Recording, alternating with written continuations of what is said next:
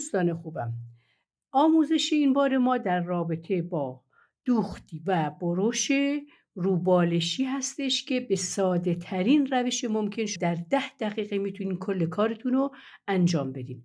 برای این که بتونین این کار رو انجام بدین ابتدا از 1 متر پارچه استفاده میکنین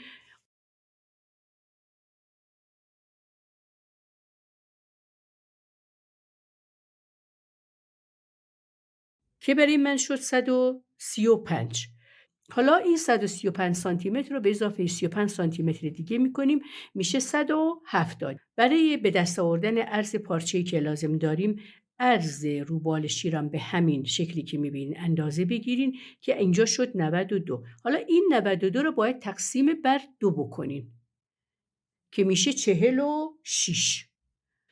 عدد 46 که به دست آوردین رو به اضافه 15 تا 16 سانتی متر میکنیم، میشه پهنای پارچه‌ای که لازم داریم. یعنی پارچه ما قدش میشه 170، عرضش میشه 62 که اگه شما یه پارچه‌ای داشته باشین با عرض 150 و قدش هم 170 سانتی متر باشه، میتونین 2 تا روبالشی ازش در بیارین.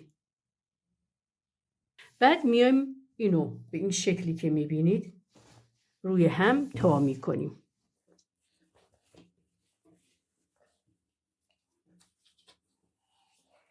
ابتدا این قسمت رو تا میزنم، به این شکلی که میبینید این قسمت رو تا میزنم، این قسمت هم همینطور اینم تا میزنم و بعد دوخت رو انجام میدم.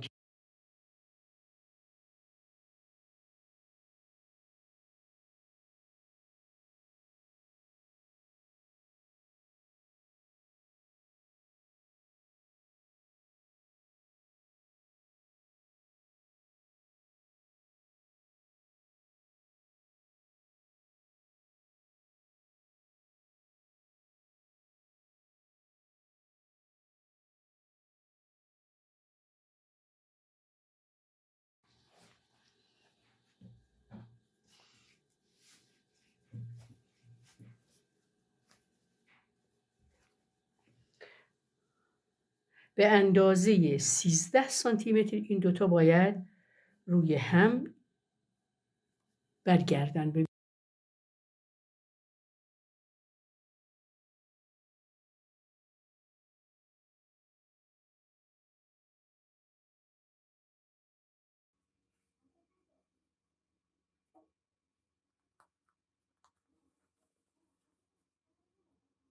ولی طرف بعدی هم همین کار رو انجام میدیم، به اندازه 13 سانتی متر اینا رو روی هم میذاریم.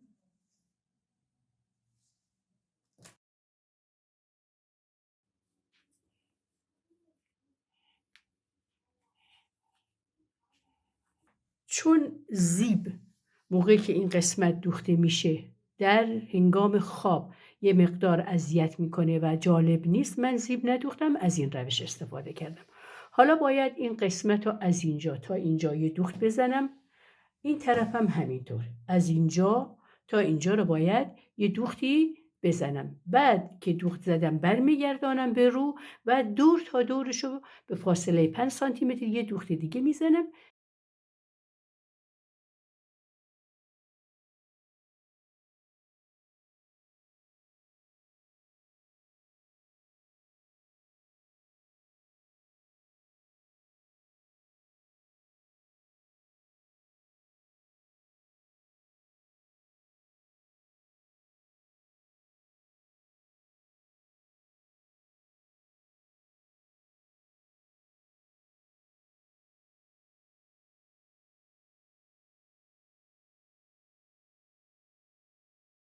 بعد از دوخت روبالشی رو به طرف رویه اصلی پارچه برمیگردانیم و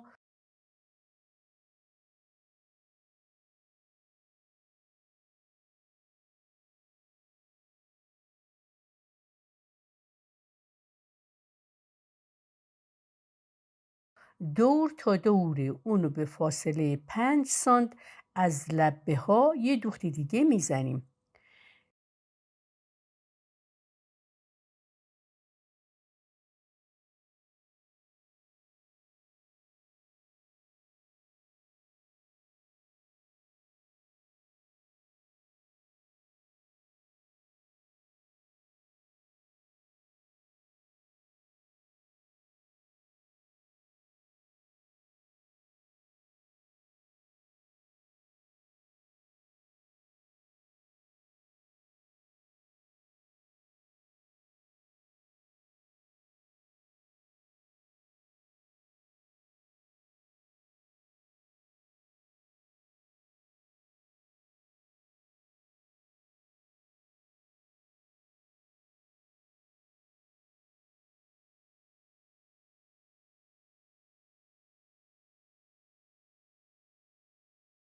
این هم رو بالشی دوخته شده به ساده ترین روش ممکن. امیدوارم که مورد استفادهتون قرار بگیره و لایک و کامنت های زیباتون هم یادتون باشه.